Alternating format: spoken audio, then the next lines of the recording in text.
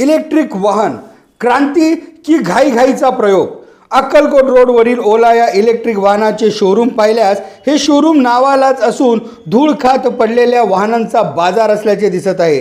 सरकारी घोषणा आणि सबसिडीच्या मोहात अडकून फसवणूक झाल्याची भावना आणि पश्चाताप असे इलेक्ट्रिक वाहन खरेदी करणाऱ्या बहुश ग्राहकातून व्यक्त केले जात आहे। आणि यामुळे इलेक्ट्रिक वाहन फायद्याचे की तोट्याचे हा प्रश्न पुन्हा नव्याने उपस्थित केला जात आहे।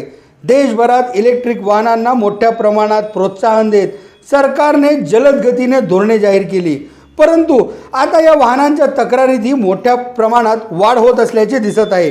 त्यामुळे अनेक प्रश्नही उपस्थित होत आहेत, जसे सरकार इलेक्ट्रिक वाहन खरेदीसाठी खूप घाई करत आहे का?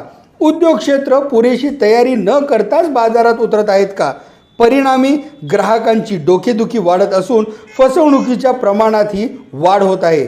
इलेक्ट्रिक वाहनांसाठी चार्जिंग स्टेशन उपलब्ध नाहीत, सर्व्हिस सेंटरची कमतरता आहे, बॅटरीची समस्या उद्भवल्यास येणारा खर्च मोठ्या प्रमाणात असतो आणि बहु सर्व्हिसिंग सेंटरमध्ये पार्ट्सची उपलब्धता नसल्याने महिनोन-महिने वाहन तिथेच पडून राहते आणि बँकेचे किंवा फायनान्सचे हप्ते मात्र वाहन न वापरताच भरण्याची वेळ या ग्राहकांवर येते। त्यामुळे प्रोत्साहन आधी आले आणि तयारी नंतर केली जात असल्याचे चित्र सध्या निर्माण होत आहे।